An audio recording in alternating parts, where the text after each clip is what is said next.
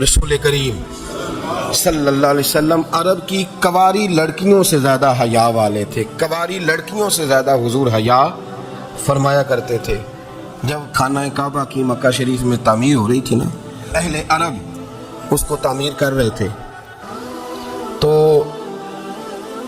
نبی پاک صلی اللہ علیہ وسلم اپنے چچا حضرت عباس کے ساتھ خانہ کعبہ کی تعریف میں مصروف تھے.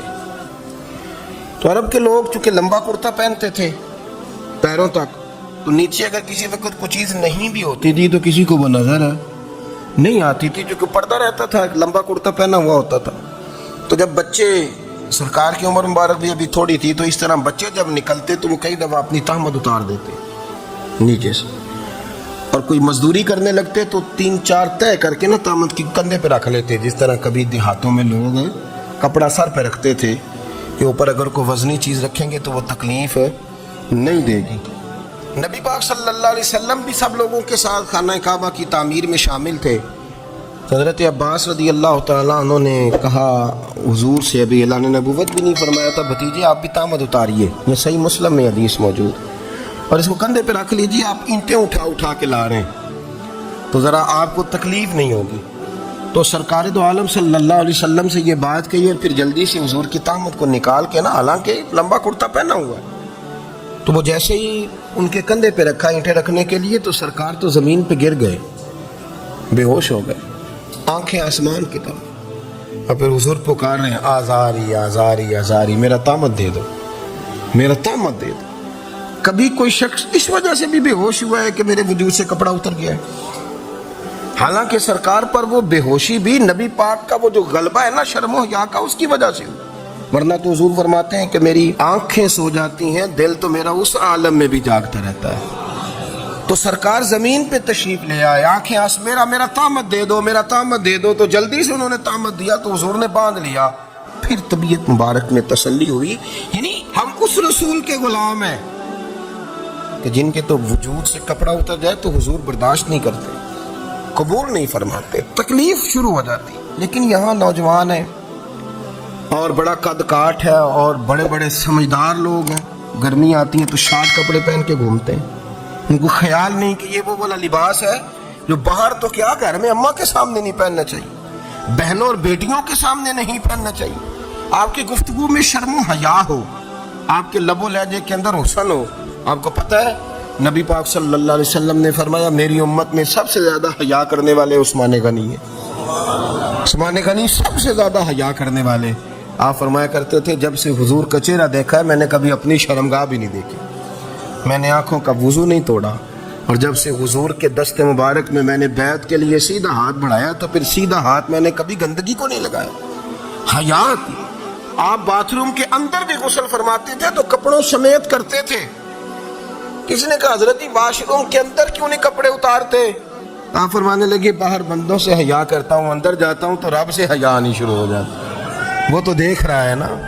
تو میں جو بات آپ کی خدمت میں عرض کرنا چاہتا ہوں اس کو آپ سمجھیے گا میرے عزیز، کہ شرم والا مزاج، گفتگو بھی شرم والی، آنکھیں بھی شرم والی، لباس بھی شرم والا، دوستی یاری بھی شرم والی، بہت ساری ایسی باتیں. دیکھیں نا آپ ذرا، میں نے کہا کہ باتوں کو سن کے گزر نہ جایا کریں، اس کی گہرائی پر غور کریں. اور نبی رحمت علیہ السلام کی پہلی بات نے بیویوں کی آنکھوں میں آنسو پیدا کر دیے. حضور فرمانے لگے سنو، جب کوئی عورت بچہ پیدا کر لیتی ہے تو رب اسے اتنا ہی درجہ دیتا ہے جتنا ہے کہ شہید کو درجہ عطا کرتا ہے. اور فرمایا جب وہ عورت اس کا بچہ آ جاتا ہے، وہ رات کو روتا ہے، وہ اٹھتا ہے، پخانا اور پیشاب کرتا ہے، اپنے وجود کو آلودہ کر لیتا ہے، تو نبی پاک صلی اللہ علیہ وسلم فرمانے لگے وہ عورت یہ فکر نہ کرے کہ وہ دیکھو مرد کو آرام سے سویا ہوا ہے اور میں اٹھ کے بچے کو صاف کر رہی ہوں، پخانا پیشاب ہو رہی ہوں. میرے محبوب نے ہر وقت میں فکر کو، حضور نے زندگی کے ہر شعبے سے تعلق رکھنے والے آدمی کو عزت دی.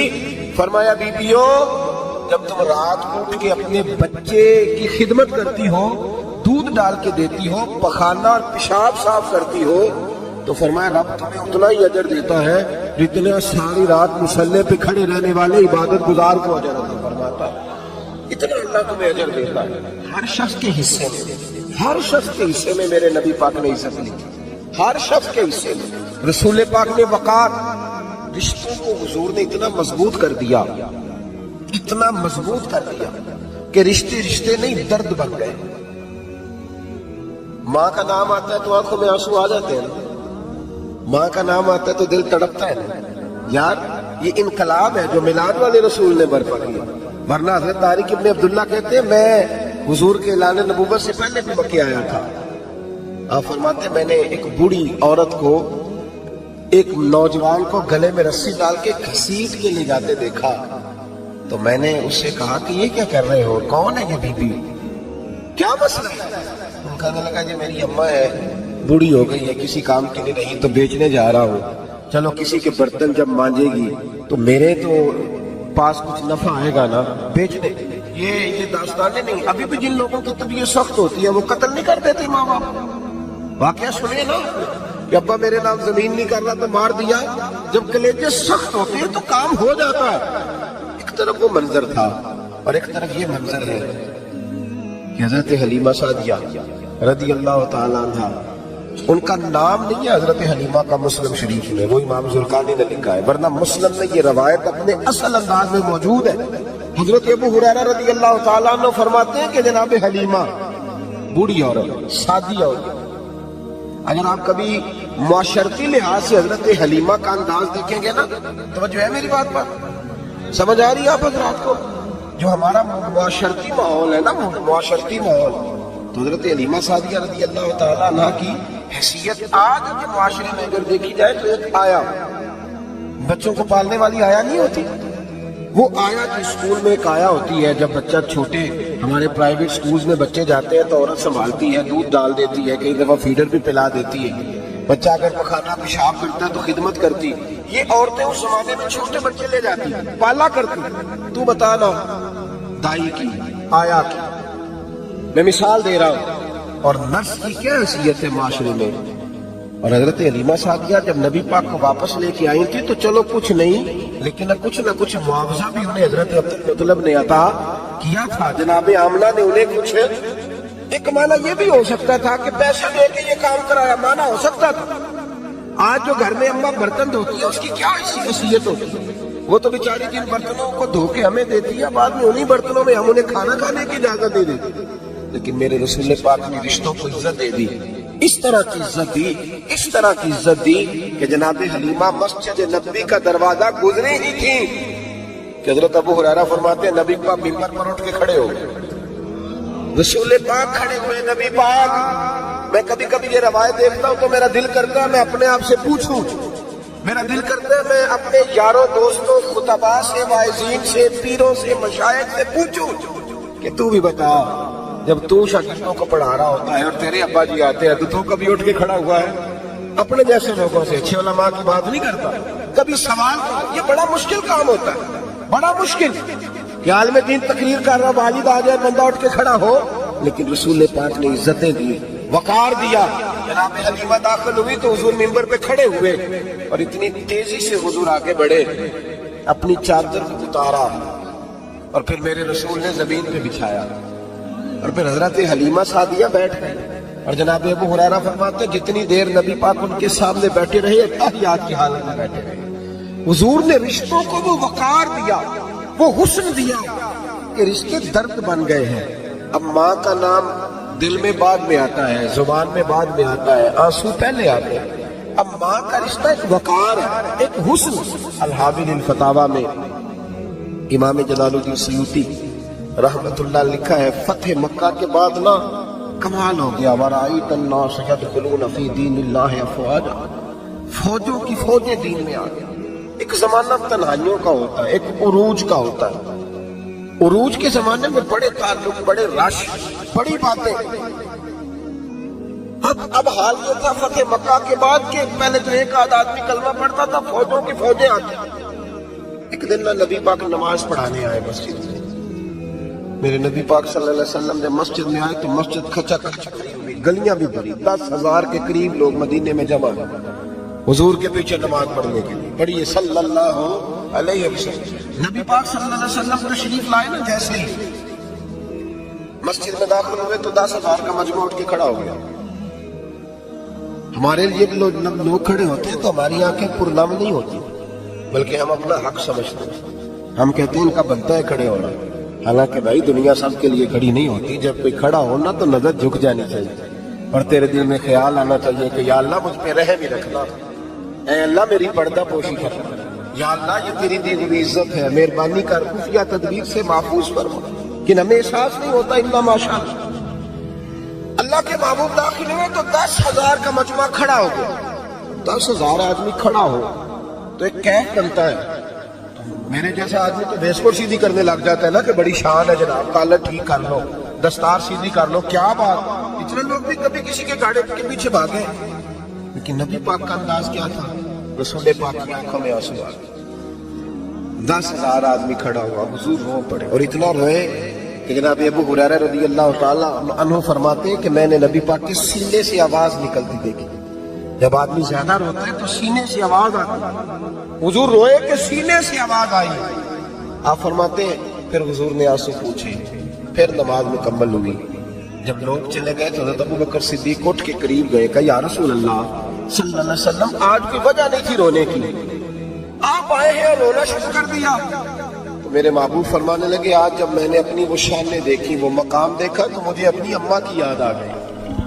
ماں کی یاد، رشتوں کو وہ عزت دی، وہ وقار دیا، وہ حسن دیا، کہاں نماز کے لیے لوگوں کا کھڑا ہونا، کہاں اماں کی بات چھیڑ دینا، میرے حبیب فرمانے لگے مجھے اپنی اماں آمنہ کی بات یاد آئی، میری ماں نے تو وہ دور دیکھا تھا جب وجود میں کپڑے بھی پورے نہیں تھے، دل کرتا تھا آج اماں موجود ہوتی، میں نماز پڑھانے آتا، اللہ اکبر کہہ کے نیت باندھتا، سبحانک اللہ کے بعد سورہ فاتحہ پڑھتا اور سورہ فاتحہ مکمل پڑھ لیتا کہ میری اماں آمنہ کو کوئی کام یاد آتا، وہ پردہ سرکا کے کہتی بیٹا محمد میری بات تو سننا، تو محبوب فرماتے اللہ کی عزت کی قسم میں نماز چھوڑ دیتا، پہلے ماں کی بات سن کے آتا، میں چھوڑ دیتا نماز، وقار دے دیا، وقار، وہ حسن بخشا، وہ توانائی بخشی۔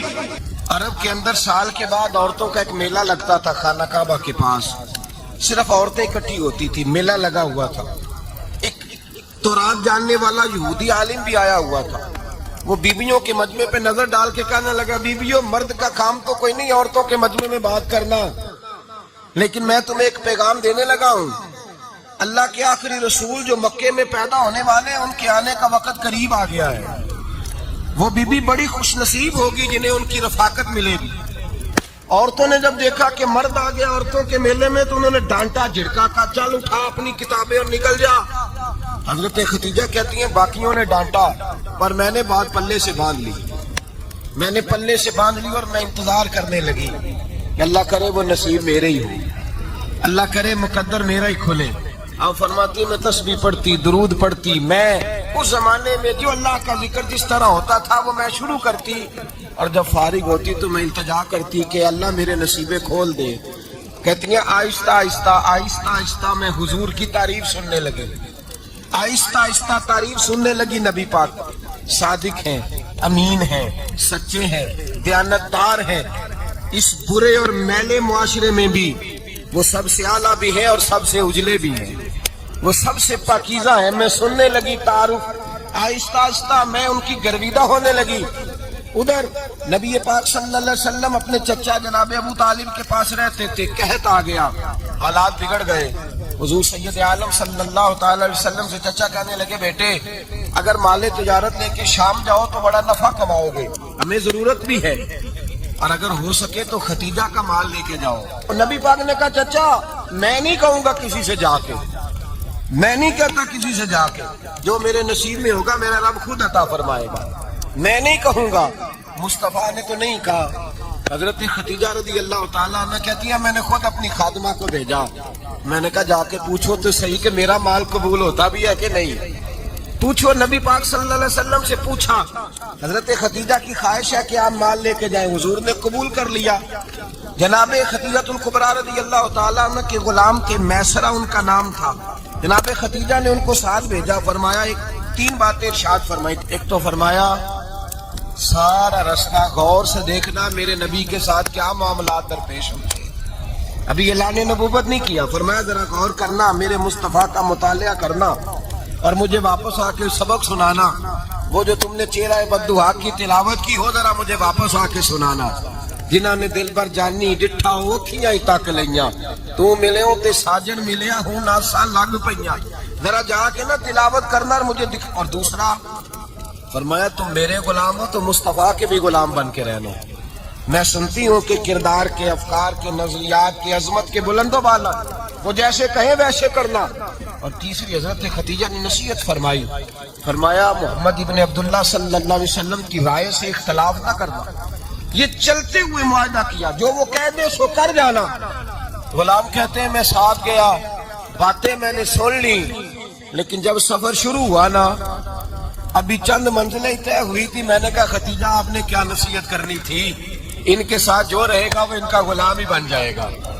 ان کے ساتھ جو رہے گا تو اجے میرا محبوب نہیں ڈٹھا جن ویکھ کے چن شرماوے, جے رکھے ہاتھ پھلاں وچ ہاتھ نال پھلاں رل جاوے, یہ ادھی راتی چن چڑھ جاندے جدوں جلوہ فرماوے. مایا جو بھی ساتھ رہتا غلام ہو جاتا. میں سرا کہتے میں گیا, تجارت شروع ہوئی. کہتے ہیں نبی پاک صلی اللہ علیہ وسلم جب منڈی میں پہنچے تو لوگ قسمیں اٹھا اٹھا کے مال بیچ رہے تھے. اللہ کے محبوب جب گئے نا تجارت کرنے, ایک آدمی کہنے لگا چلو معاذ اللہ بتوں کے نام تھے لات و منات, کہنے لگا لات کی عزا کی منات کی قسم اٹھاؤ. تو نبی پاک فرمانے لگے ان کی قسم اٹھاؤں جن کا میں نام لینا بھی پسند نہیں کرتا. ابھی اللہ نے نبوت نہیں کیا. اور فرمایا ویسے بھی میں قسم دے کے مال نہیں بیچتا, خریدنا ہے تو خریدو, نہیں خریدنا تو نہ خریدو. کہتے ہیں لوگ قسمیں اٹھا اٹھا کے پیچھے جاتے تھے, پر میرے نبی جس سے روک پھیرتے تھے وہ نبی پاک کے پیچھے ہو جاتا تھا. ماتے کئی گنا زیادہ نفع کمایا. ہم رستے میں تھے, حضور ایک درخت کے نیچے آرام کرنے لگے. ایک عیسائی راہب غار میں بیٹھا تھا, نکل کے آ گیا, مجھ سے کہنے لگا مجھے وہ جانتا تھا. میں سنا یہ کس کو ساتھ لائے, یہ کون ہے؟ میں نے کہا اہل قریش کے ایک معزز آدمی ہے. کہنے لگے یار جس درخت کے نیچے یہ لیٹے ہوئے ہیں یہاں عام آدمی نہیں لیٹ سکتا, یہاں وہی لیٹے گا جو اللہ کا سچا رسول ہوگا. یہاں دوسرا کوئی لیٹ ہی نہیں سکا. یہ رسول ہے, ان کا خیال رکھنا, خیال رکھنا. کاش میں اس وقت تک زندہ رہوں جب یہ نبوت کا اعلان کرے. میں سنا کہتے ہیں میں غلام ہو گیا. نبی پاک صلی اللہ علیہ وسلم کی ادائیں مجھے بھانے لگی. جب واپسی پہ نکلے تو گرمی بڑی شدید تھی. فرماتے ہیں جب دھوپ تیز ہوتی تو بادل کا سایہ آ کے حضور پہ سایہ کر دیتا. بادل کا ٹکڑا نبی پاک پہ. اللہ جانے کہاں بیٹھ کے لوگوں نے کتابیں پڑھی ہیں جو کہتے ہیں 40 سال کے بعد نبی بنے تھے. پتہ نہیں کہاں بیٹھ کے کتابیں پڑھی ہیں. ہم نے تو جو سیرت پڑھی ہے وہ بتاتی ہے کہ تیری حیات پاک کا ہر لمحہ پیغمبر لگے, ہر لمحہ پیغمبر لگے. یہاں تو وہ لوگ جو کئی سال پہلے 20 اور 25 سال پہلے حضور سید عالم صلی اللہ علیہ وسلم کی رفاقت میں رہے, وہ اعلان کر لوگ پتہ نہیں کہاں بیٹھ کے کتابیں پڑھتے ہیں, کہاں بیٹھ کے. میرے نبی پاک سے صحابہ نے پوچھا حضور آپ کب نبی تھے؟ فرمایا ابھی آدم کی مٹی گوندی جا رہی تھی, ابھی آدم کی مٹی گوندی جا رہی تھی, میں تب بھی اللہ کا رسول تھا. میرے بھائی نبی رحمت سید عالم صلی اللہ علیہ وسلم کے غلام حضرت خدیجہ کے غلام کہتے واپس آیا. اور پہلے بھی کئی دفعہ حضرت خدیجہ کا مال گیا تھا, بڑے نفع آئے تھے, پر جو نفع اس سال آیا وہ پہلے کبھی نہیں آیا تھا. کہتے ہیں مجھ سے حضرت خدیجہ کی سہیلی بھی بیٹھی تھی, میں بھی آ گیا. اور جناب خدیجہ کی سہیلی کہنے لگی چل مال کے بارے میں کچھ بتا, کتنا بکا؟ میں نے کہا مال چھوڑو, مصطفیٰ کی سنو. اور پھر کہتی چلو ٹھیک ہے, بادل سایہ کرتا تھا, چلو ٹھیک ہے. تم سے راہب نے پوچھا تھا یہ صحیح ہے, انہوں نے تیری سارے رستے بڑی خدمت کی, تیرا بڑا خیال رکھا, پر یہ بھی بتا تجارت کیسے ہوئی؟ تو میں سر کہنے لگا زندگی میں نے بھی ساری گزار دی ہے, پر اس رسول کے ساتھ 4 دن ہی گزارے ہیں.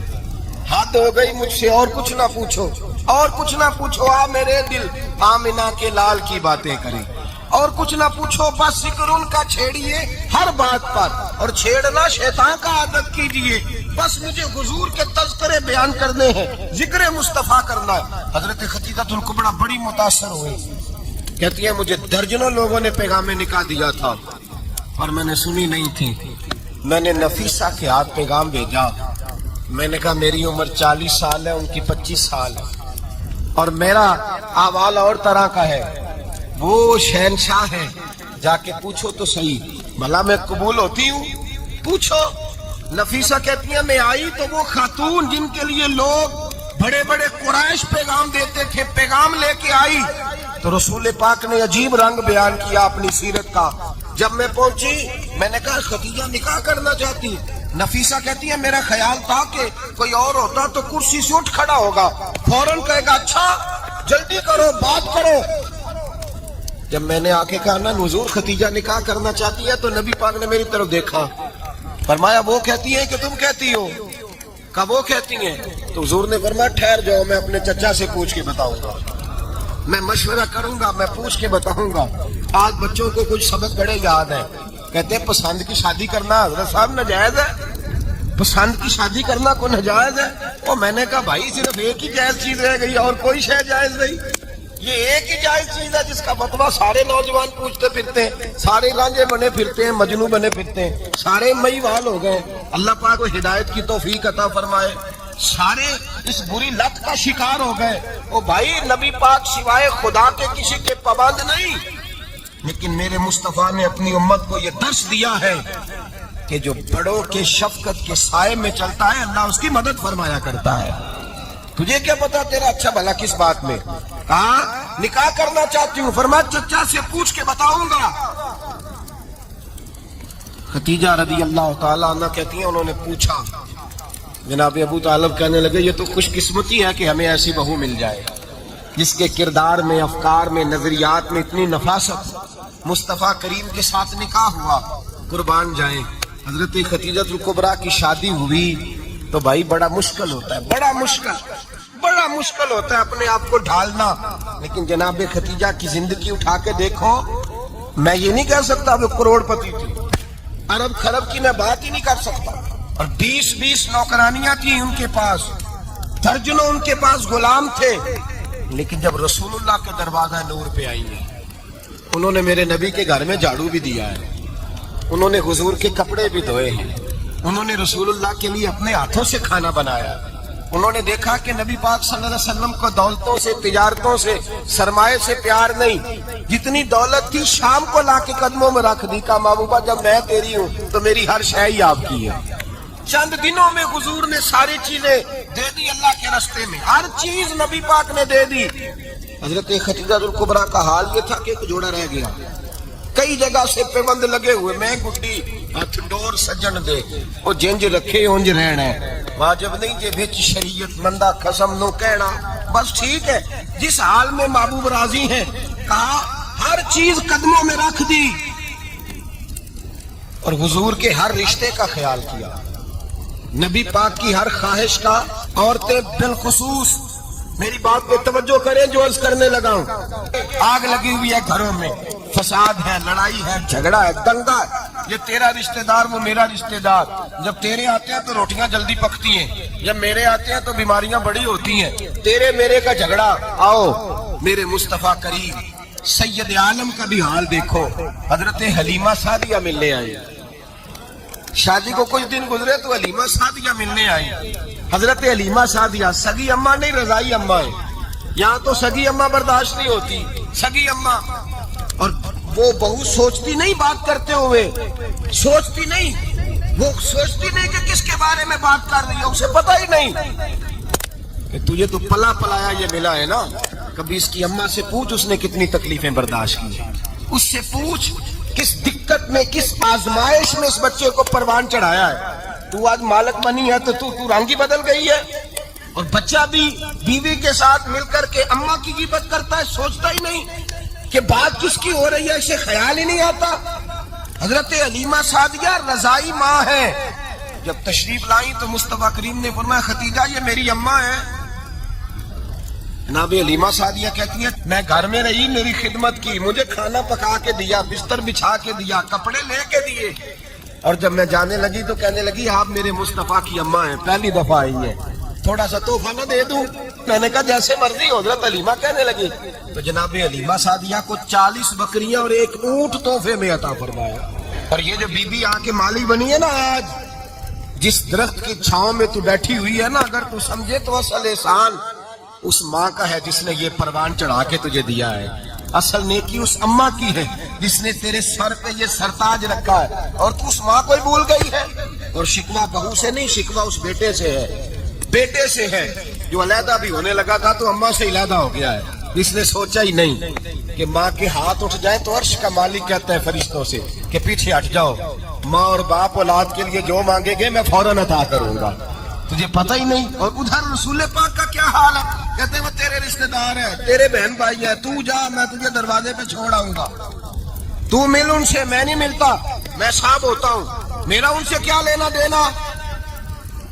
حضرت خدیجہ کے بھائی نہیں تھے، نبی پاک صلی اللہ علیہ وسلم کے سسر حیات نہیں تھے، دو بیٹے تھے حضرت خدیجہ کے، اور وہ دونوں بیٹے پچھلے خامن سے تھے۔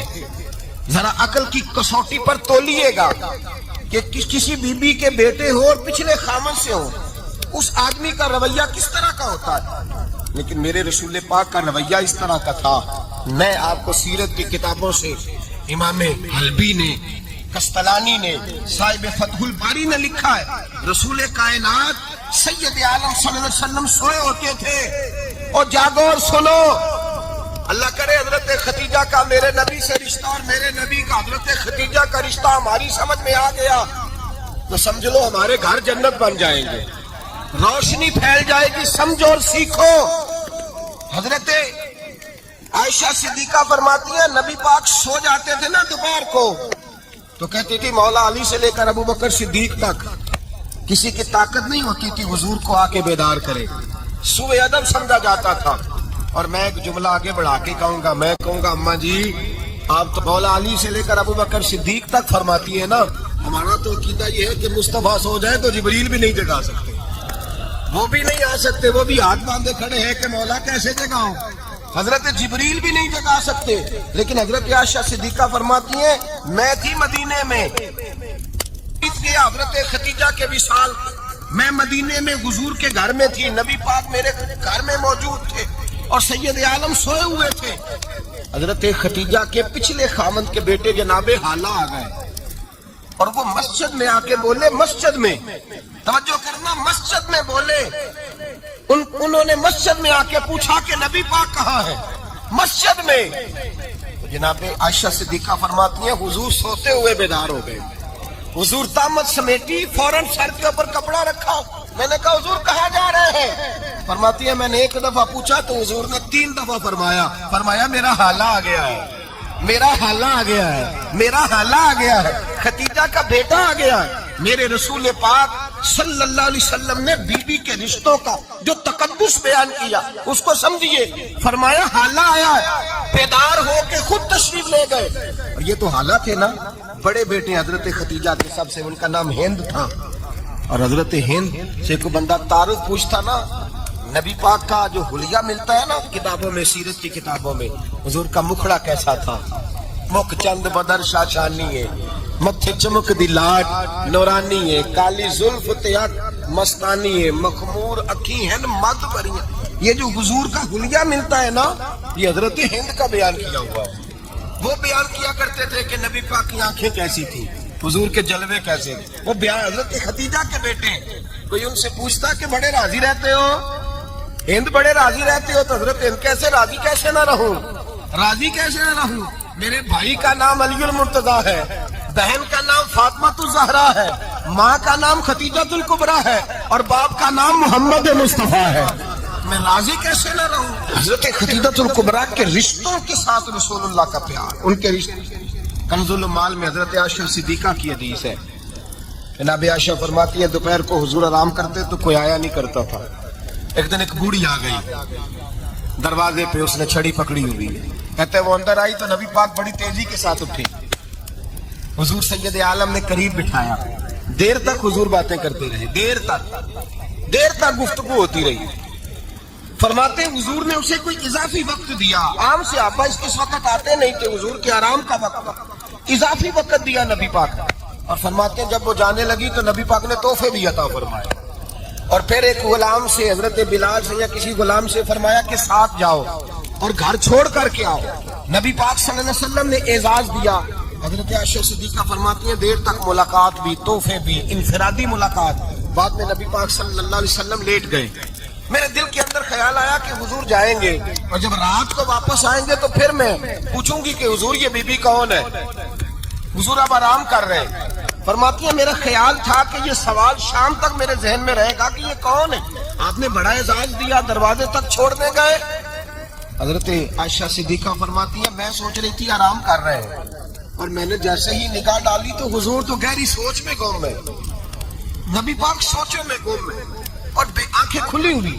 فرماتی ہے میں قریب جا کے بیٹھی، قدموں پہ ہاتھ رکھا، میں نے کہا محبوبہ یہ بی بی کون تھی؟ اتنی دیر آپ نے ملاقات کی اور وہ چلی گئی ہے تو ابھی خیالات ہیں، تصورات ہیں۔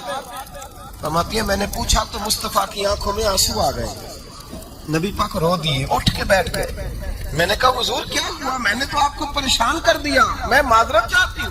حضور نے فرمایا عائشہ ایسی کوئی بات نہیں، اس بی بی کے بارے میں پوچھتی ہو جسے میں نے زیادہ عزت دی ہے، زیادہ پیار کیا ہے، ذرا زیادہ اس کے ساتھ میں نے توجہ کی ہے۔ ہاں یا رسول اللہ میں نے انفرادی رنگ دیکھا ہے، روٹین سے بڑھ کر آپ نے محبت فرمائی۔ تو میرے مصطفیٰ نے فرمایا یہ جو عورت آئی تھی نا، جو میرے پاس بیٹھی رہی ہے، یہ میری زوجہ جناب ختیجہ کی سہیلی ہے، یہ حضرت ختیجہ کی سہیلی ہے، جناب ختیجہ کی سہیلی۔ فرمایا یہ مکے میں ختیجہ سے ملنے آیا کرتی تھی، ختیجہ اسے وقت دیتی تھی، پاس بٹھاتی تھی، کھانا کھلاتی تھی، دکھ سکھ سنتی، اور تھوڑی غریب ہے، جب یہ جاتی تھی تو ختیجہ تحفے بھی دیتی تھی۔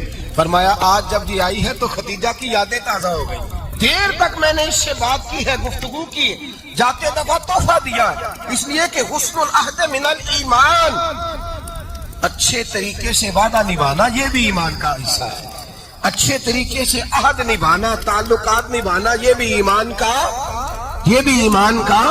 حصہ ہے۔ حضرت ختیجہ کی سہیلیوں سے رسول اللہ صلی اللہ علیہ وسلم کا رشتہ، پہلی وحی نازل ہوئی نبی پاک پر۔ اب حضور جب ابتدائے وحی کے ایام آئے تو حضرت ختیجہ فرماتی ہیں رسول پاک غار حرا میں چلے جاتے، کئی کے دن وہاں رہتے، پہلی وحی آئی تو قرآن مجید کی تاثیر یہ ہے کہ لو انزلنا ھذا القرآن علی جبل لرأیتہ خاشعا متصدعا من خشیۃ اللہ، فرمایا اگر میں پہاڑوں پہ نازل کروں قرآن کو تو وہ بھی میرے خوف سے ریزہ ریزہ ہو جائے، اتنی تاثیر ہے۔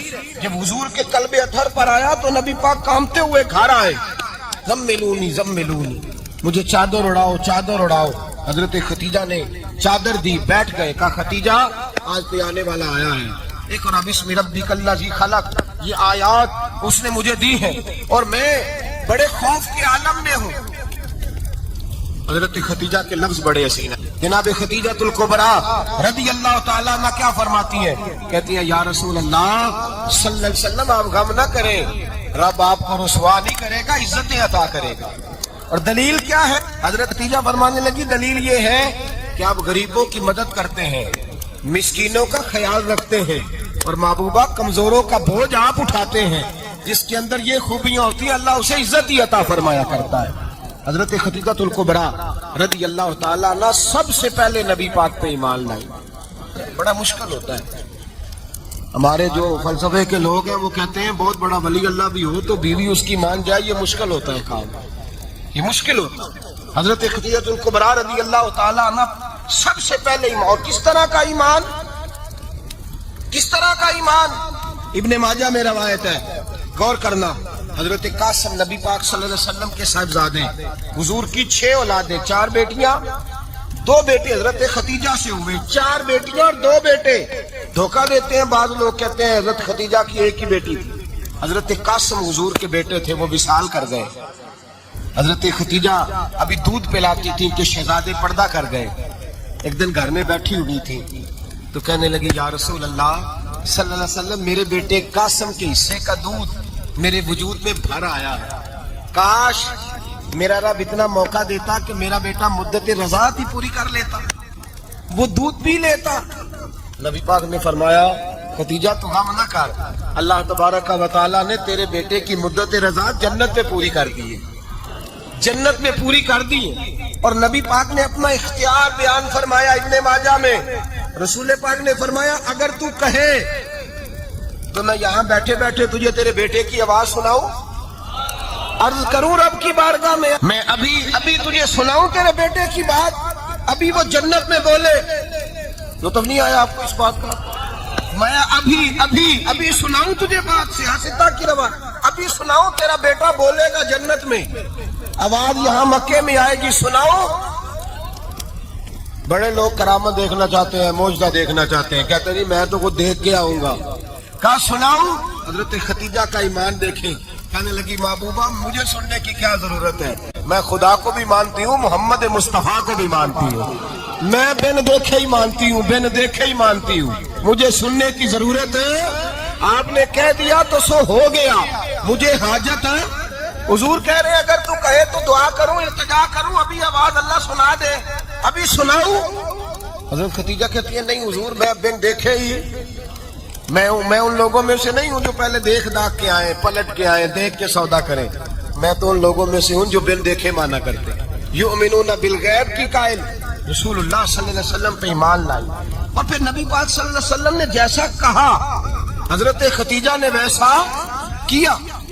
اور حضرت عائشہ کی روایت ایسی بھی ملتی ہے, جناب عائشہ سے کسی نے پوچھا تھا کسی نے جنت کی نعمتیں بھی کھائی ہیں, تو حضرت عائشہ کہنے لگی ہاں, ایک دفعہ نبی پاک نے جنت کے انگوروں کا خوشہ توڑ کے حضرت خدیجہ کو کھلائے تھے. وہ انگور وہاں سے توڑ کے جناب خدیجہ کو حضور نے انگور کھلائے تھے. نبی پاک صلی اللہ تعالی علیہ وسلم پر ایمان لائی, ہر موقع پر حضور کا ساتھ دیا. تکلیفیں دیکھی, آزمائشیں دیکھی. حضرت خدیجہ کا جو وقت حضور کے ساتھ گزرا ہے نا, وہ سارا آزمائشوں کا وقت ہے. 15 سال شادی کو ہوئے تو نبی پاک نے اعلان نبوت کیا, باقی کے 10 سال 25 سال کی رفاقت رہی. سخت مسئلہ تھا, کفار کی مخالفت تھی, بہت زیادہ مال تھا, پھر غربت آئی, پورا مکہ سلوٹ کرتا تھا, پھر وہ سارا شہر مخالفت کرنے لگا. حضرت خدیجہ الکبریٰ ڈٹ کے رسول اللہ کا ساتھ دیتی, ہر موقع پر کسی جگہ شکوہ نہیں کیا. یہاں عورتیں بول پڑتی ہیں, کہتی ہیں جب سے تیرے گھر آئی ہوں سکھ نہیں دیکھا, جب سے یہاں آئی ہوں کچھ نہیں دیکھا, جب سے یہاں آئی ہوں بڑی آزمائش میں. حضرت خدیجہ الکبریٰ مال لے کے آئی, لیکن انہوں نے دیکھا کہ مصطفیٰ کو غریبی پسند ہے تو غریب ہو گئی. جیم جان دا کچھ وسا نہیں ہو, جان یار نو دے تے شاد ہو جاؤ, ایسے دل دے ہیں فساد سارے, دل دربر نو دے تے آزاد ہو جاؤ. دیو رکھے آباد تے رو وسدا, تے جدو کرے برباد ہو جا. کہا یا رسول اللہ جس بات میں آپ راضی ہیں میں بھی اسی بات میں راضی ہوں. جناب خدیجہ رضی اللہ تعالیٰ عنہ مکمل وقت رسول اللہ کا ساتھ دیا. شیب ابی طالب کے 3 سال قید میں گزارے. جس عورت نے ساری زندگی مال دیکھا ہو, اعلیٰ سے اعلیٰ کھانا کھایا, بڑے گھر میں وقت گزارا, قیدی ہو کے وقت گزارا. اور آپ اگرچہ قریش میں سے تھی لیکن جس شاخ سے حضور تھے بنو ہاشم اس میں سے نہیں تھی آپ. حضرت خدیجہ رضی اللہ تعالی عنہا یہ کہہ سکتی تھی کہ یہ بائی کاٹ کے 3 سال مکے والوں نے کیا اور ایک چھوٹی سی وادی میں قید کر دیا ہے بنو ہاشم کو, تو یہ میرا بائی کاٹ نہیں ہے. نبی پاک صلی اللہ تعالی علیہ وسلم نے اجازت بھی دی اگر تم چاہو تو علیحدہ رہ سکتی ہو, بائی کاٹ تو میرا ہے. لیکن حضرت خدیجہ نے کہا نہیں, تیرے قدموں میں رہوں, غیر کی ٹھوکر پہ نہ ڈال, جھڑکیاں کھاؤں کہاں چھوڑ کے صدقہ تیرا, اور تیرے قدموں میں جو ہے وہ غیر کا منہ کیا دیکھے, کون نظروں پہ چڑھے دیکھ کے تلوا تیرا. کہ حضور میں نے نہیں جانا, 3 سال پتے کھا کے وقت گزارا, 3 سال پانی پی کے وقت گزارا. آپ فرماتی ہیں کئی راتیں ایسی بھی گزری جن میں خدیجہ نے کھایا ہی کچھ نہیں, وقت گزار دیا, زندگی گزار دی. 3 سال ایک لمحے کے لیے شکایت نہیں کی. او بھائی ایسی وفادار ماں کا تو روز ذکر ہونا چاہیے. ایسی اعلیٰ حضرت فرماتے ہیں حق گزارے رفاقت پہ لاکھوں سلام, حق گزارے رفاقت پہ. اچھا میں دعا کرنے لگا ہوں کہ آپ سارے حضرت خدیجہ پہ سلام پڑھیں. حق گزارے رفاقت پہ لاکھوں سلام, لاکھوں سلام. حضرت خدیجہ الکبریٰ رضی اللہ تعالیٰ عنہ نے حق ادا کیا. سیدی ماں, پہلی ماں, کاف امن و امان, حق گزارے رفاقت پہ لاکھوں سلام. حضرت خدیجہ الکبریٰ رضی اللہ تعالی حق ادا کیا. 3 سال کا وقت سوشل بائیکاٹ کا وقت تھا, سوشل بائیکاٹ.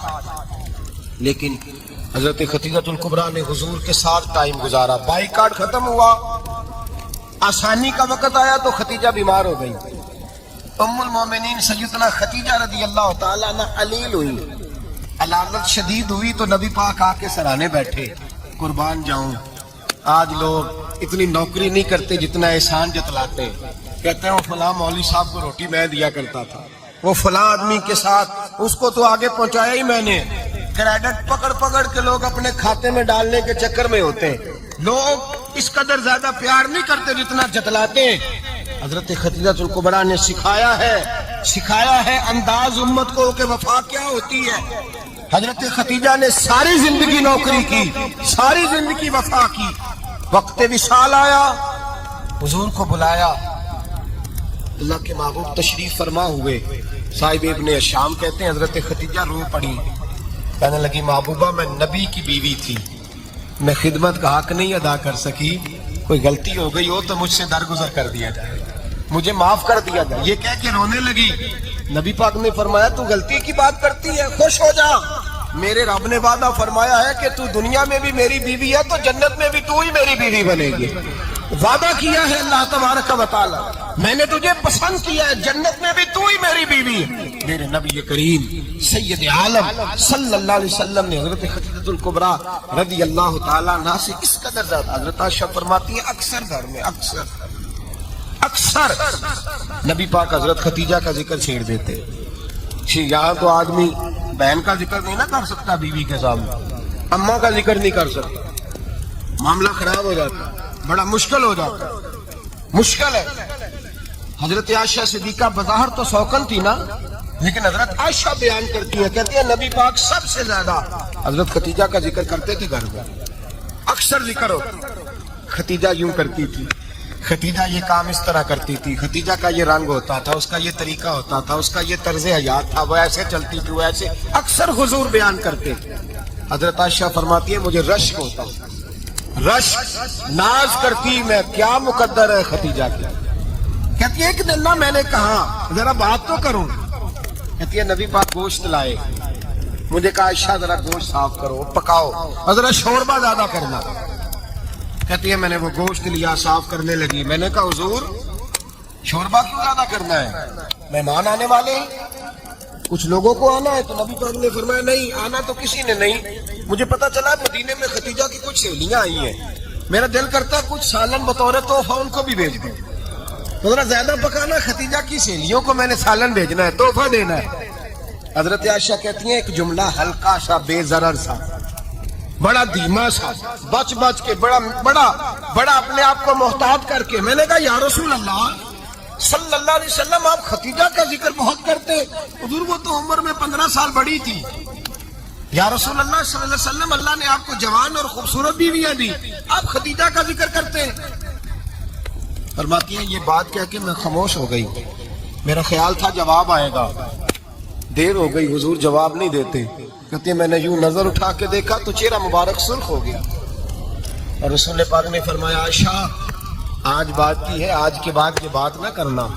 میں نے کہا حضور کیا ہوا؟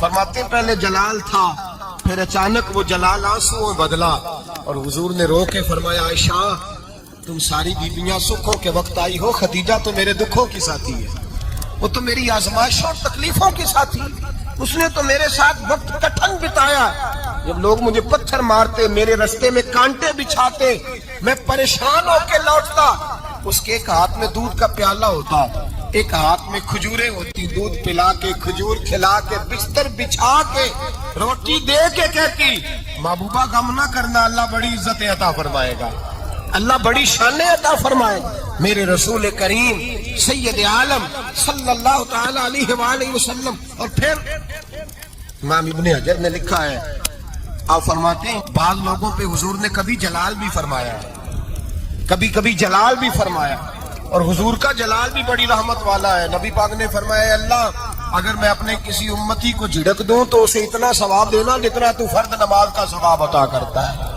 حضور کا تو جلال بھی کرم والا ہے، کرم والا جلال ہے رسول پاک کا۔ اکثر بعض لوگوں پر حضور ناراض بھی ہوتے، لیکن امام ابن حجر فتح الباری میں فرماتے ہیں کہ صحابہ اور اہل بیت میں سے حضرت خدیجہ الکبریٰ کی وہ ہستی ہے جس پر کبھی نبی پاک ناراض نہیں ہوئے، کبھی ناراض نہیں ہوئے۔ یہ سب سے بڑی فضیلت ہے حضرت خدیجہ کی، کبھی ناراض نہیں ہوئے نبی، کسی موقع پر بھی حضرت خدیجہ الکبریٰ رضی اللہ تعالیٰ عنہ سے ناراض نہیں ہوئے، بلکہ بخاری شریف میں لفظ کچھ اس طرح کے ہیں۔ میں نے شروع میں کہا کہ حضرت خدیجہ کی 20 کنیزائیں تھیں، نوکرانیاں تھیں، گھر کے اندر نوکر چاکر تھے، ریل پیل تھی، کوئی کام کبھی نہیں کیا تھا۔ حضرت خدیجہ الکبریٰ نے ایک دن کھانا پکایا، اور کھانا پکا کے اپنے ہاتھوں سے جب نکلی نا اور آ رہی تھی حضور کو کھانا دینے، تو بخاری میں موجود ہے جب حضرت ختیجہ آئیں تو نبی پاک نے فرمایا ختیجہ تیرے آنے سے پہلے حضرت جبریل آ گئے، اور وہ کہہ رہے ہیں یا رسول اللہ ختیجہ برتن میں کھانا لے کے آ رہی ہے، اور جب وہ کھانا لے کے آ جائے تو اسے کہہ دیجیے گا اس کا رب اسے سلام کہتا ہے، اس کا رب اسے اللہ اکبر، جس کو اللہ سلام کہے۔